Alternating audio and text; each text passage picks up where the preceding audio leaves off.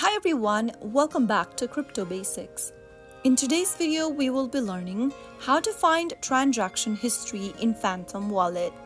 To find your transaction history on Phantom Wallet app, first of all, open up the Phantom application on your mobile device.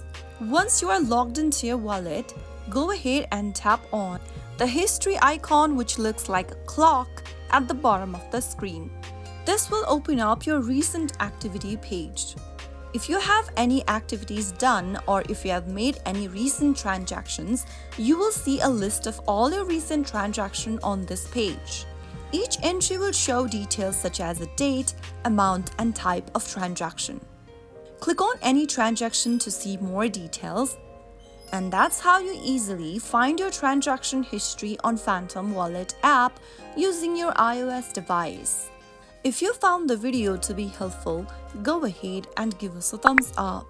Don't forget to subscribe to the channel by hitting the subscribe button. Press the bell icon so that you'll never miss another upcoming upload from us.